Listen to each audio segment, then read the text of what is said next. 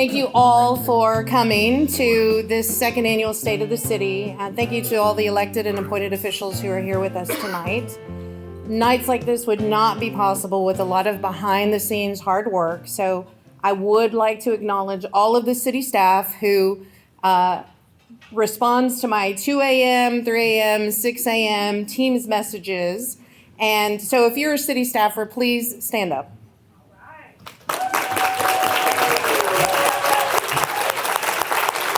This is the dream team. This truly is the dream team. And of course, it wouldn't be possible without all of the hard work of the chamber staff.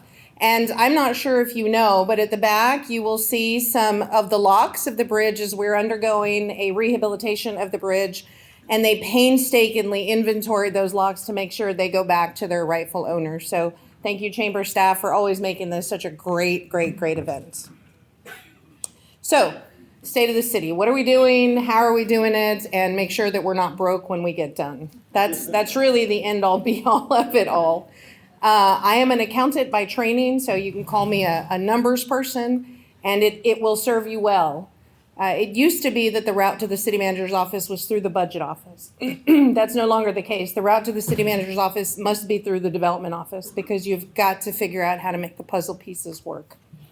So tonight, we're going to focus on 7 focus areas that this council repeatedly, via their retreats, via my one-on-one conversations with them, would like to see accomplished in this coming year and the years to come so that we solidify Bastrop's place in Central Texas. So there's our council. That's a great looking group of people right there who are gelling, led by Mayor Ishmael Harris. And if you don't know Mayor Harris, you can't miss the cowboy hat.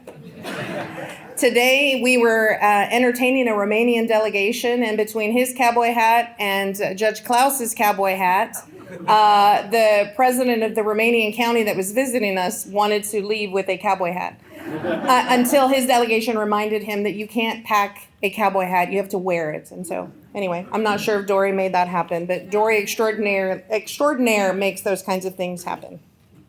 So tonight, you're going to hear from each council member in their own words. I had nothing to do with the interviews. Those are conducted by the Chamber of Commerce. My job is to try to make sense out of the snippets. And I'm just going to tell you, AI was not thrilled with the interview. So we'll run through that here in just a minute. So focus area number 1 is absolutely protecting our heritage and protecting our history. You're going to hear that theme throughout. You've heard the term new urbanism. You hear the terms about how fast Bastrop is growing. The number one theme this council has is protecting our historic core, protecting our residents, and ensuring that growth is done appropriately, correctly, and in places that serve to enhance the community, not cause further detriment, whether it be flood, traffic, etc. So that's some pretty significant numbers right there. From January to September, it's $168 million of investment into Bastrop. Those are significant, but they continue to grow. That's just the tip of the iceberg. Those are actual permits that have been applied for. Those are actual valuations. That's not including what's coming. So we continue through the development process, smoothing out the development process. Doc and his team do amazing work getting things in and out, so much so that our team is receiving kudos from other places, and folks are trying to call Bastrop home because we are business friendly and we're also environmentally friendly, and that resonates with some of our overseas companies. It is a balancing act, right? There's our mayor and there's his grandfather, and those are generations of Bastropians who have lived here, and so protecting that way of life and protecting our history are at the root of our discussion today. As we move forward, our mission is simple. Do what's right for the people, protect our heritage, build opportunities, create spaces for family and neighbors to thrive together, and above all, keep Bastrop strong. Strong in history, strong in unity, and strong in vision. So as you heard Becky allude to, that we did amend the B3 code. That was necessary. There is a term called new urbanism, and while it is not a bad word, it has become a bad word for historic towns such as Bastrop. It is infill development on the guise of density, density, density is how you get the most return for a piece of property, and ergo, that should be good for a city. You should want to maximize the amount of tax value per property. For a city, maybe. For Bastrop, no. That means tearing down historic structures and building 4 and 6 in their place. That means replacing a code that had no lot sizes. That means replacing a code that was deemed to address drainage and flooding via the historic floods, but then increased impervious cover numbers to unheard of numbers even higher than Austin. So I'd like to say the emperor wasn't wearing any clothes. I know that's not a nice thing to say, but it is the reality of what we were facing. So to be able to protect Bastrop and live under the code were two things that did not match. We have made significant changes in the code and will continue by the end of this year, do a full revamp presentation of the code, and it will no longer be the B3 code. If I look forward 5 to 10 years, what is it that I want people to say about Bastrop at that time? Well, this is an important theme for me, and that is preservation. One in our city seal, which I'm not even sure if you can exactly see it, but is right there behind me, preservation of the past. The way that comes in is that I want people to be able to walk out their front doors, and aside from larger trees here and there, I want their views to basically be the same as it is today. So I don't want houses torn down. I don't want super dense duplexes put in their place. I want Bastrop to kind of look like it does today, 5 and 10 years from now. Yes, on the periphery, we'll have more growth. We'll have additional stores built. As I mentioned, our trees will get bigger, but I want you to be able to walk out of your house and still see the things that you see around. So what that translates into is that the things that people are saying today about, oh, what a great looking small town, and oh, I love this historic section, and I love that the people have big yards here. I mean, things like that. That 5 and 10 years from now, I want them to still be saying that because the theme for development that we see through Texas Municipal League or what other cities are doing is, new urbanism. It's extreme increased density and things that don't fit what we've had in Bastrop and what we like about Bastrop. And so I think, 5 and 10 years from now, that I want people to still say, oh, this is a great looking town. And then as an aside, we also have great people. The friendliness that you experience just walking down Main Street or, talking to people out in the community, certainly want to continue to maintain that. Again, preservation, preservation, preservation. We did make significant strides in the historic core for large lot sizes and reduce the impervious cover. After all, if we're afraid of flooding, then we probably shouldn't put 25 items on an area that is flood prone. So, council is also looking at ways to preserve our history, not just history in buildings, but also history in people. So right now we are looking at ways to resurrect the German casino. The German casino right now sits as a pile of bricks at the Public Works office. The plan is to build it on the grounds of the convention center and again create a gathering space as it was before, a place where bridal showers, baby showers, and community gathering can happen. And because it's on the grounds of the convention center, we can use hot funds, which means no effect on the general fund, and again, no effect on taxes. The cultural district, the South End, that's being led by Councilmember Perry Lowe, is a reflection of our African American roots, our 13 freedom colonies, our history that is deep in Bastrop that happens to be concentrated on the South End. And so we are planning a South End district. We've had several meetings. There are some committees. No, this is not going to be a rezoning. No, this is not going to be a special designation. No, this doesn't mean you can't paint your house a certain way. This means you will walk into an area that is completely distinguished and looks like the history that is there and continues to live there generation by generation. It's bound by 95, Water, Chestnut, and Gutierrez. Some of the ideas that we're thinking about are the murals. We have 2 TxDOT highways that are going through there. There's artwork that can be placed there. And again, it is just creating a sense of space. unique identifiers in our signs and signage that just tell you you're in a different area of Bastrop, one that is rich in history and one that should be cherished.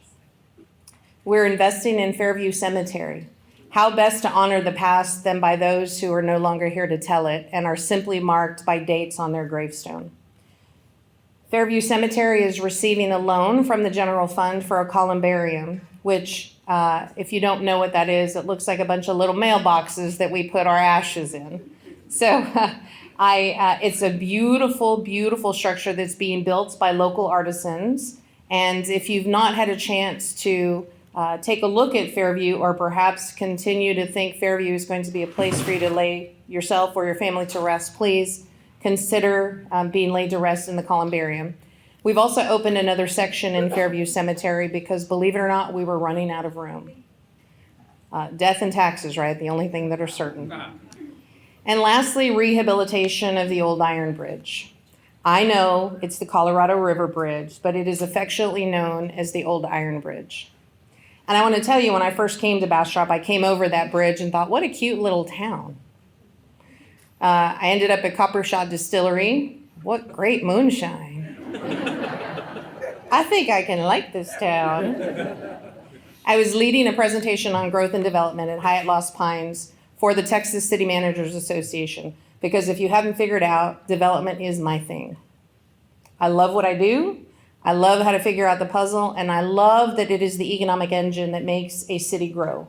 You cannot do much unless you figure out how to make those cylinders run. Otherwise, your residents will be taxed and the burden becomes too great.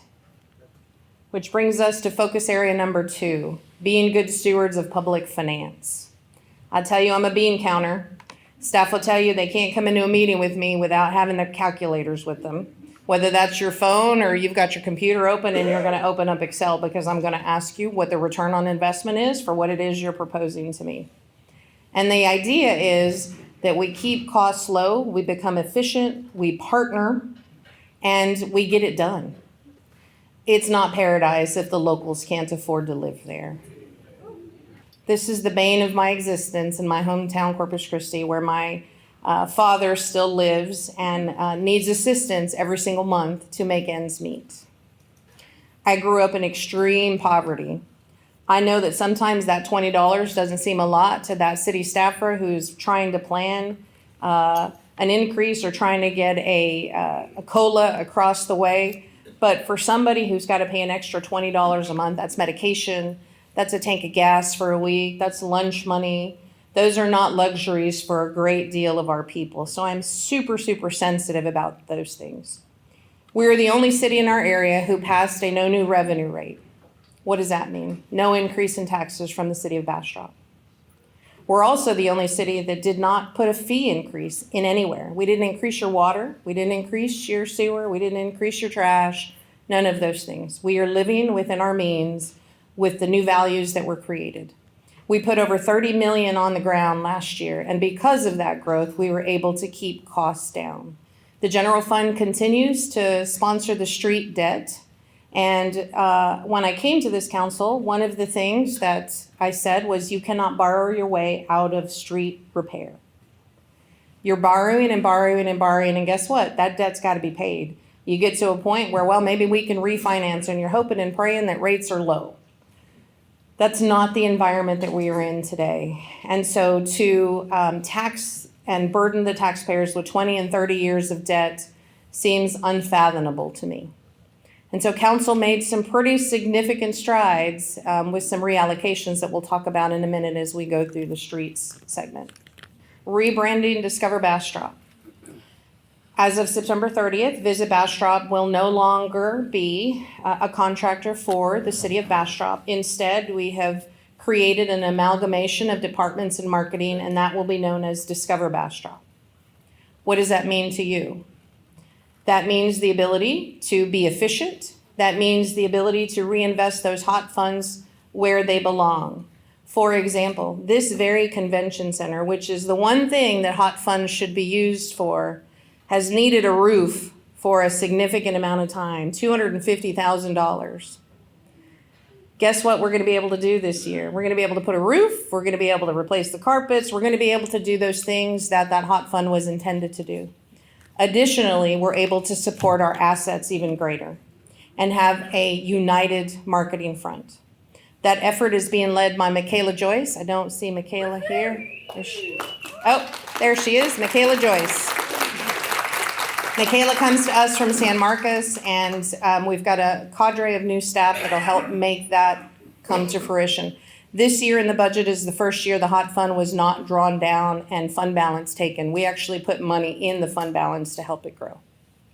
The long-term plan is that this building become a recreation center, a site of a recreation center. And so before I turn it over to the general fund, I want to make sure that it is in good condition. The last thing I want to turn over is a building that is in disrepair that we've not managed to upkeep. Well, my big goal when I ran for office the first time was, to fix the B3 code, which was making it very difficult to build or even to remodel a home or anything like that in Bastrop. I was very dissatisfied with the level of customer service that we had at the city, and I come from a service background, so customer service was all I know, and to have a city government that treated you like you were there to serve them instead of the other way around really drove me nuts.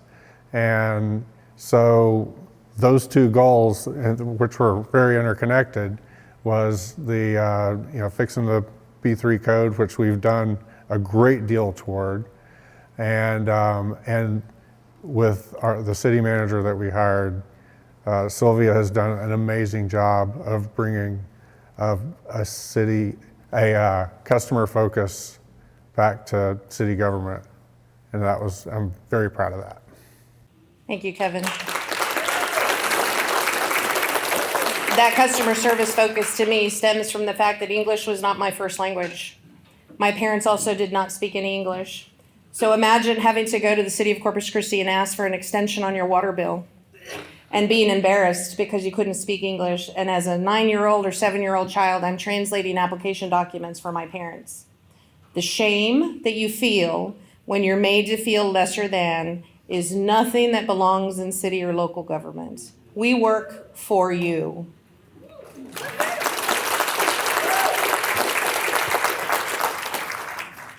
So focus area number 3 is quality of life.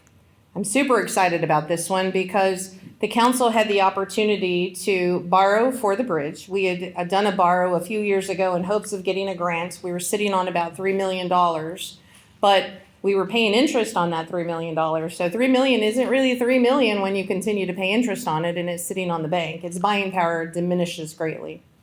So council had the opportunity to borrow some money with no impact to the tax rate and also have the ability to pay down other debt because of some savings we did in the debt fund.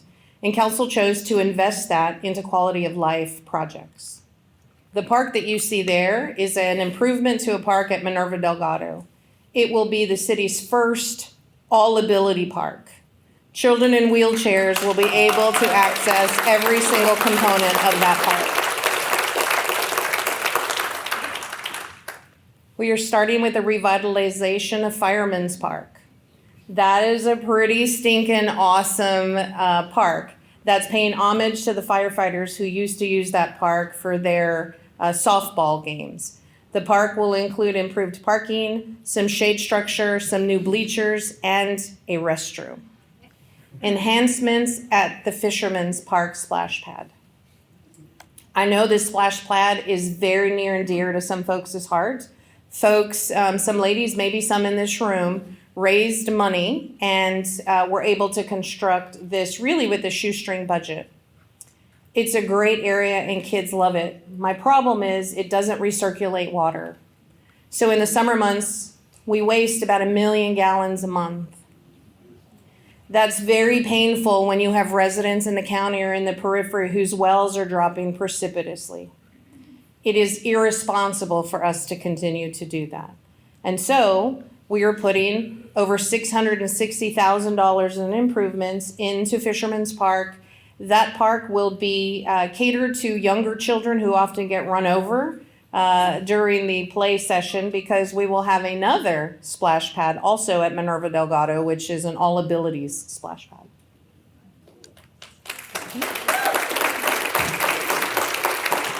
That's Delgado Park.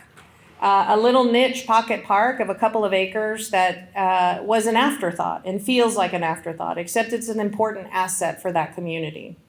So when we began talking about Delgado Park, some folks said, oh, that's not the place, that's not the place, because, you know, they think they know better. Then we asked the residents, and they couldn't be happier to have that park in that area. They couldn't be happier that somebody was finally paying attention and that their children could have the same access to all abilities and splash pads that others have throughout the city. So I'm super proud of that park. It will also have an additional bathroom. It will also have a larger pavilion for birthday parties and things, because we believe it's going to be a very popular park. And then lastly, let's not forget the often forgotten Mayfest Park. If you've ever been out there in the summer heat, you know, the snakes and the lizards like to hang out right there, but pretty much not a whole lot else. There's hardly any shade, and that park is difficult when we're having events to keep folks contained. The park will have some covered swings, a covered playground, and also a covered pavilion where families can come and enjoy not just the rodeo, but all of the events that we have planned at Mayfest Park. Lastly, you can't forget the dogs. We've got improvements to the Bark Park and are beginning the feasibility for a par 3 golf course on 15 acres. Yes. On 15 acres of floodplain and floodway that at one point was going to have houses on it. FEMA changed the flood maps, thankfully, and what was once in the 500 year came into the 100 year and actually moved those flood lines. So again, rather than exacerbating a flood issue, the city's going to leave that open as it is, as golf courses don't have a lot of structures to them. And in conjunction with this being recreation center, it makes sense that we're able to also combine our resources and utilize what we have instead of trying to go out and build something brand new that perhaps we can't afford just yet. And then lastly, we have a Veterans Memorial Park. I don't know where this is going to be situated just yet, because we've got a couple of ideas. One of them is near the American Legion Post. The other is near the police department, and then the other is near one of our city parks. In that borough, the council has allocated $500,000 for a sculpture that will pay homage to our veterans. When I came on board, the DEI, now the Bridging Bastrop Board, was in the middle of formation, and I asked, well, what are we trying to solve? Who are we trying to help? And it was a little bit disjointed, and so I said, let's ask Google. Let's ask, what is the most frequent term that folks who live in Bastrop are asking? And that term was, how do I access my veterans benefits? And so today, I would like to thank those veterans for their service. And if you are a veteran, please stand up to be acknowledged.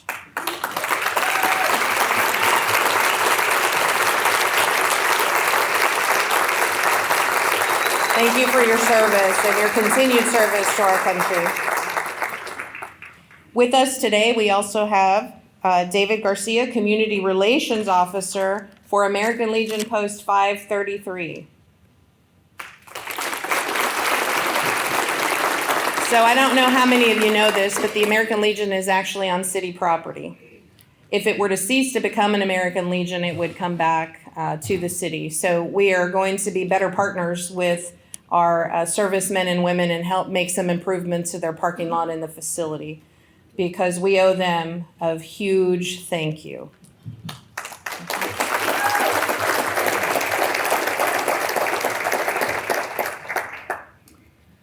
So we can't forget about our thriving downtown.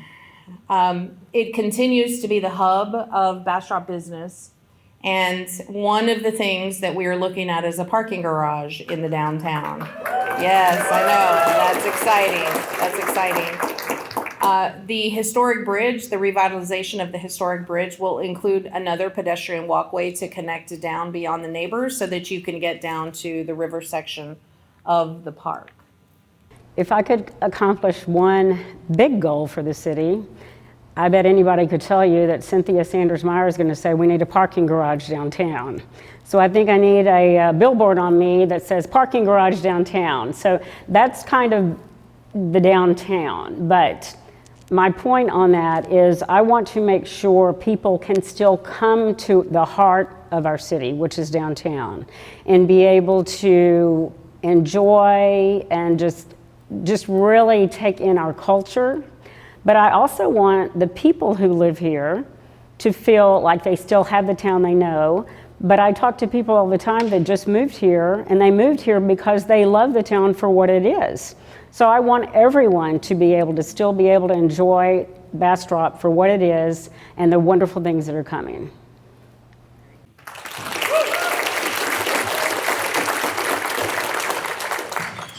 So a couple of what feels like years ago, it was probably about 12 months ago or so, we had a series of B3 code meetings that talked about transportation and walkability and how we connect ourselves through a series of trails, et cetera, et cetera. TxDOT has put in sidewalks along Highway 71. We have spaces for trails. Right now, we are working with the boring company to create the first underground connection that would connect the State Park, Mayfest Park, into the River Trail. And it happens right in front of Buc-ee's at the intersection of 71 and 95. Very cool stuff. Council continues to make a commitment to Bastrop, continues to make a commitment to the Opera House, the arts, and all of those things that make us special. That beautiful owl that is showing up on that screen, that was recently unveiled on Friday, and that was done by Robin Luck, wife of Mr. Joe Grady Peck. And Robin is over there in the corner. If you have not seen that sculpture, please pay it a visit. It is absolutely astounding what she did with metal, and I asked her if she ever needs anybody to help hammer. I have a lot of aggression. I could beat that steel probably. And Cynthia, Robert said that he can't get you a billboard, but he can get you a Bill Bob, and he'll wear shirts that say parking garage. Focus area number 4, attracting quality employers. This has been the work of the Bastrop EDC. This has been yeoman's work by Angela and by Dory, who continue to, again, entertain employers and make sure that we're attracting those people that are beneficial to our students, beneficial to Bastrop ISD, beneficial to our residents, that are good paying jobs, that are long-standing jobs, that are jobs that can train, and jobs that keep our graduates here. The first is TA Adhesives. I don't know if any of you have been down to the industrial park. If not, you should pay it a visit. TA Adhesives is a Canadian company who does specialty adhesives.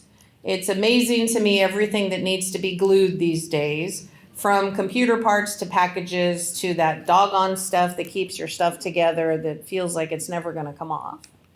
This is LS Electric. Accutronic is still in the plan review phase, trying to get going. Accutronic has been a great partner with BISD with internships out of their Austin office. LS Electric is electrical parts. These are transformers and things that take 12 months, 18 months to get. We have in our midst here, which is also attractive to development. If you can get the parts sourced sooner, right? Time is money, and the interest monster is always hungry. They're already into their first expansion. There is something that I'm thinking of as far as relationships with school and education and the youth. We are looking to get ACC back here. So that's interesting for people older like myself that want to continue education. We can continue to pull from the resources that we have here in the city, as far as the school district, to get the good people to maintain them here. We don't want them going off to Pennsylvania somewhere. We want the good talent staying right here, and we want to cultivate that. So I think that's a good step forward. So I'm looking forward to working with the school district and the county and the chamber, looking at building those relationships so we can get that going. I think it's really important.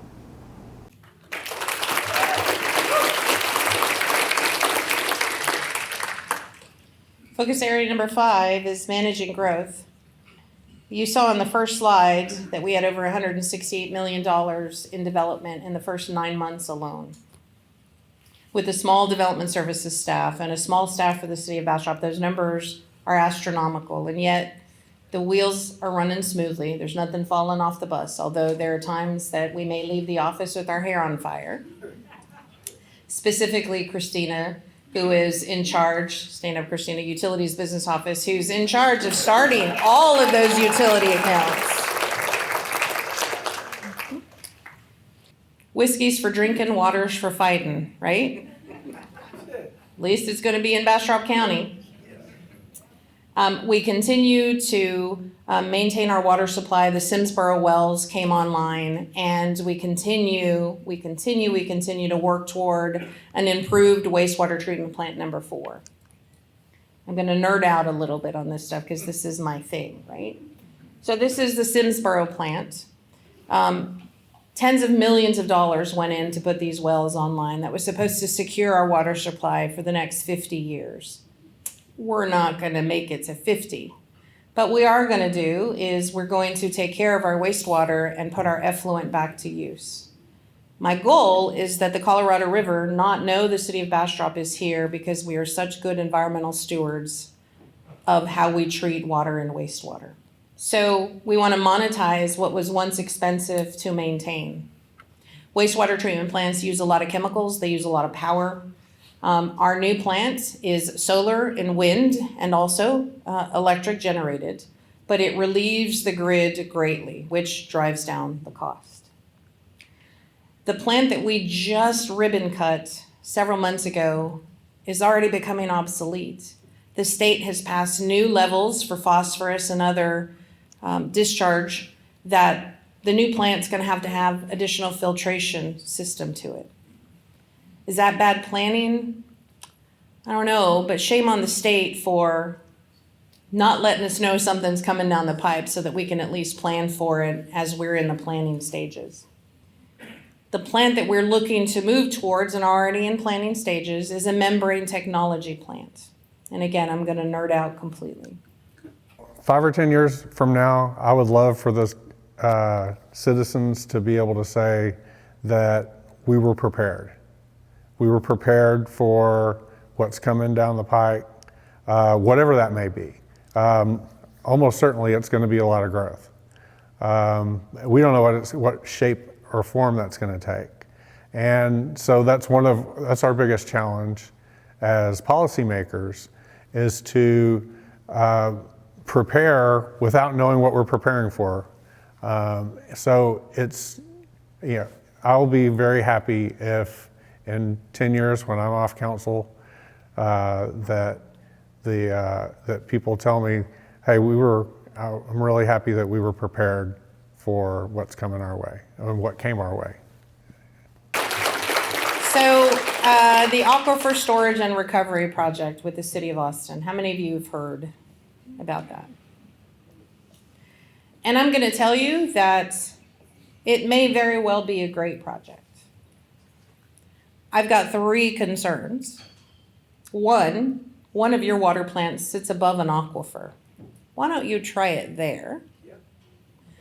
Number 2, in order for us to be considered a partner, not a stakeholder, a partner, we must sign a non-disclosure agreement. That non-disclosure agreement gives us access to the maps, gives us access to well location, and gives us access to what is called desktop data. We have some information, but there's still a lot of information lacking. And so how many of you trust when a politician says, trust me, I have your best interest at heart? Trust me. Trust me. That's sort of the equivalent of that.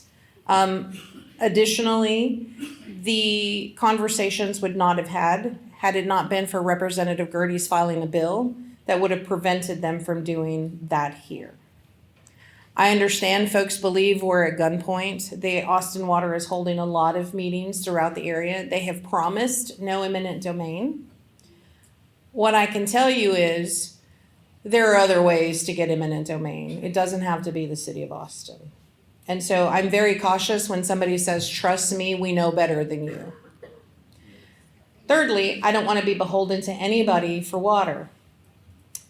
As it stands right now, the greatest partner is Aqua Water. No offense, Stacy, love you to death. But the city of Bastrop during times of drought, etc., would need to go to Aqua for water if our water supply failed. It is in the Carrizo Wilcox, and we are in the Sims Borough. And so I'm hesitant, the council is hesitant. The council asked for information in executive session. The council asked, can we see it before we sign it? And the answer was no. So we're all a little leery. The council did pass a resolution not in support of, and so, here we are. Our new method for wastewater treatment, that footprint of 12 million gallons sits on about the same footprint of the existing 2 million gallon plant. And I know I'm gonna geek out, but those membranes can clear particulate matter that much smaller than a human hair. And so what does that mean?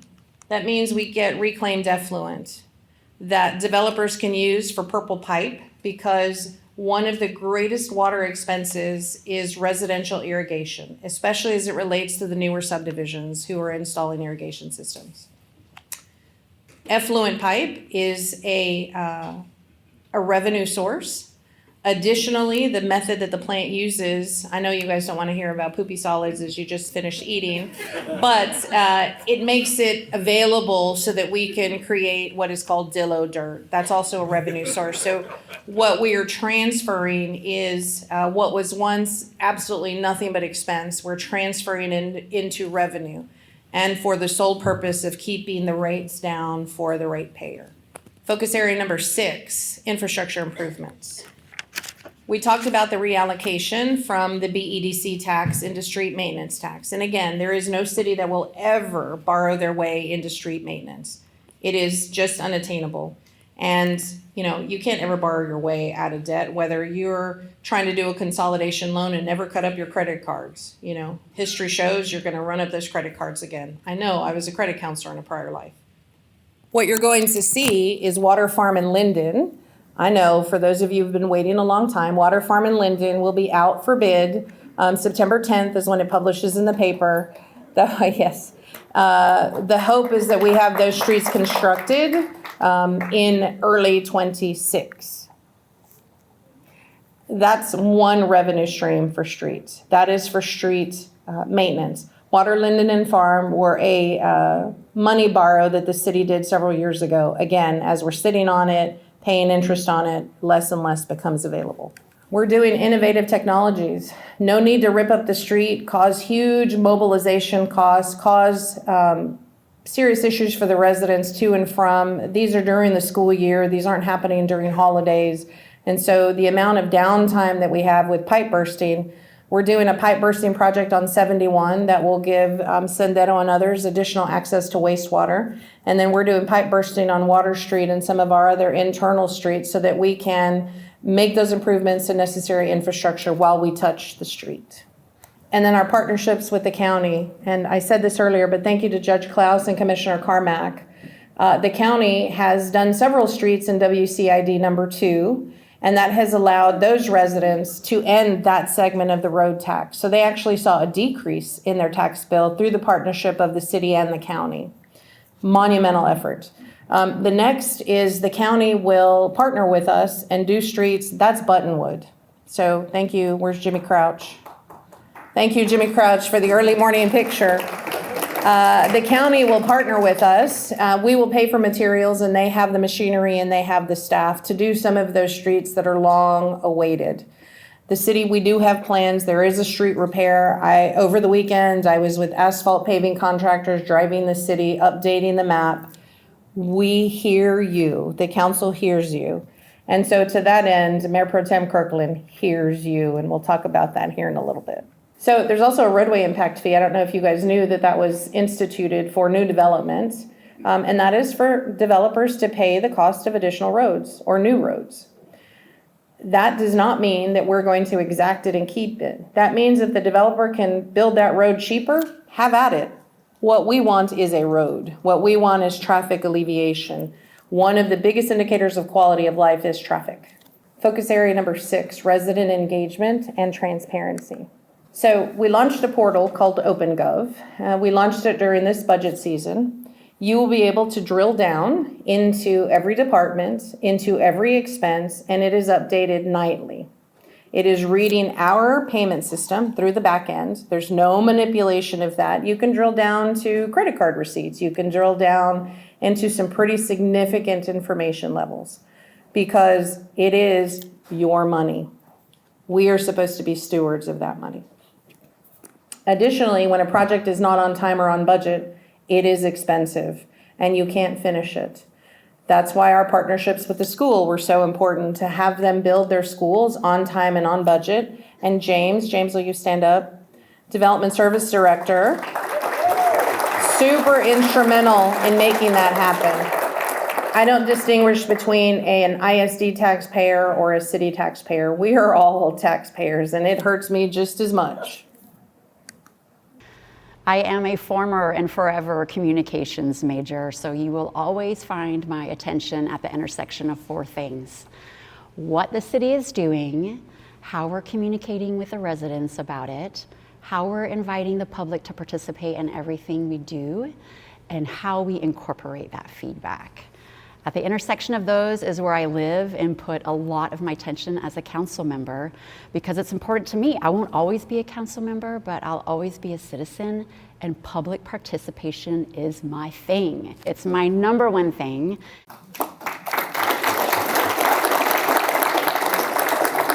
So public involvement in governance is also big. Again, we want to make City Hall a place where you can make your voice heard.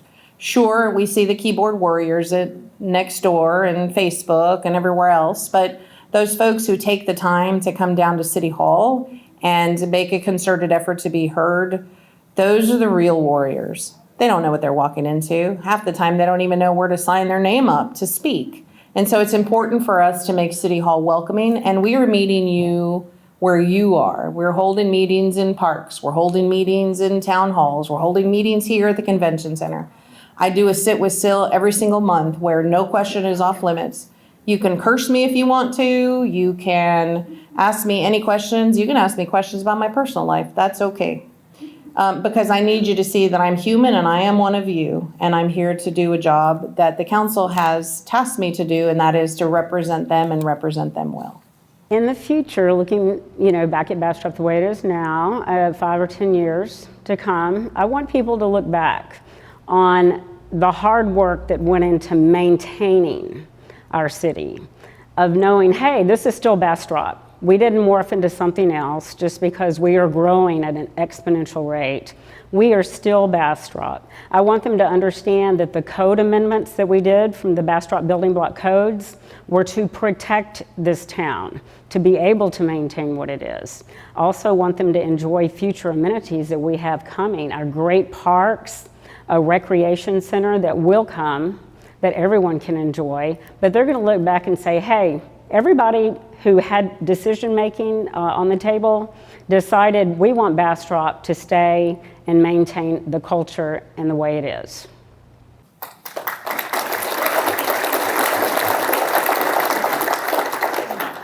So what's on the horizon? This is an exciting new development called Bastrop West. It is at the intersection of 20 and 71. It has an area for a hospital and a medical mall, which is a hospital and clinics. It has an area for a hotel convention center. It has an area for outdoor entertainment. It has an area for outdoor concerts and youth fields, all situated on about 400 acres. Super exciting as we continue to grow, and the line between Travis County and Bastrop County is really blurred. The mayor's been asking for a hospital. Here you go, Mayor Harris. Happy birthday.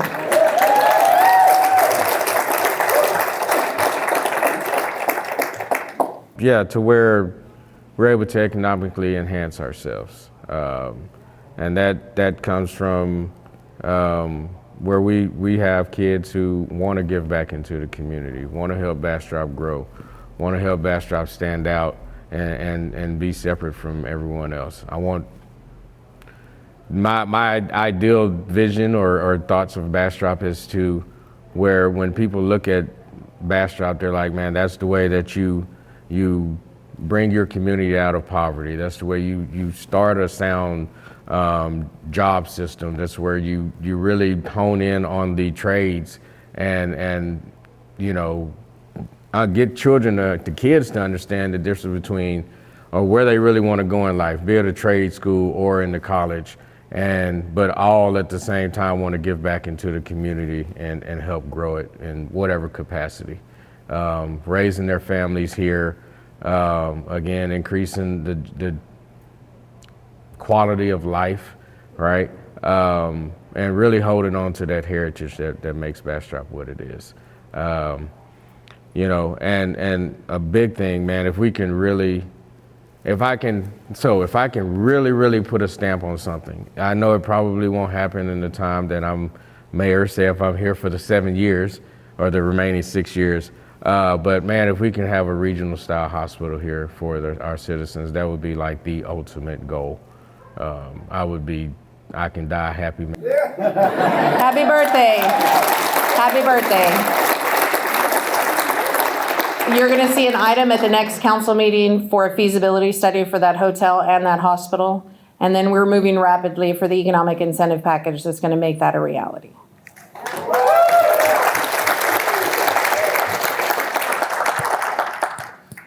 All right, so you've heard a couple of comments. Collaboration is key.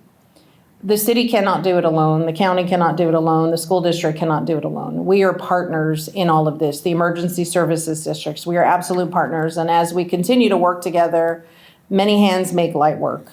And the job gets easier to do, especially if we're all rowing in the same direction. Fostering transparency. And I use the word fostering because Councilmember Foster, that's been her thing. You heard her say that's her thing. And so I don't know how else to turn us inside out, but just to let you see how the sausage is made, whether that's from a financial perspective or what's happening with the projects. That's been a really, really big thing for Mayor Pro Tem Kirkland to understand that we are on time and on budget and are executing well. And when we are near not able to execute, that I bring that to the council quickly so that we adjust our sails and continue to deliver. And then I'm hopeful that all of these things are aligning with the community continues to ask for. And that is a government that's representative of them. A lot of times I hear folks say, I just moved here from Austin. I just moved here from Houston. Michelle, I just moved here from California. And you can't have that. And my stock response is, well, you didn't close the door behind you. They are still coming.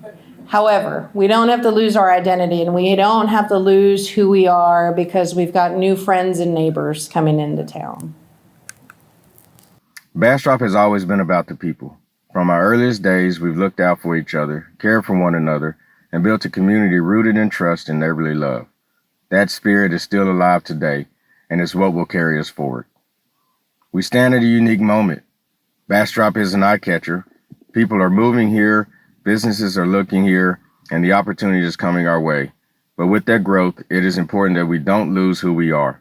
Bastrop is one of the oldest historic towns in Texas. Our heritage, our traditions, and our blue-collar grit are the foundation of our identity. That doesn't change just because we're entering a new chapter. We don't need to change Bastrop, we need to enhance it. The energy, the movement, and the connectivity of our community are alive and well like never before. Generational residents feel that their voices are being heard again. Their history and traditions are being respected and preserved. With me as mayor and with the city council united in a new mindset, we are proving that the future can be built without losing the heart of who we are. Bastrop is strong because of its people.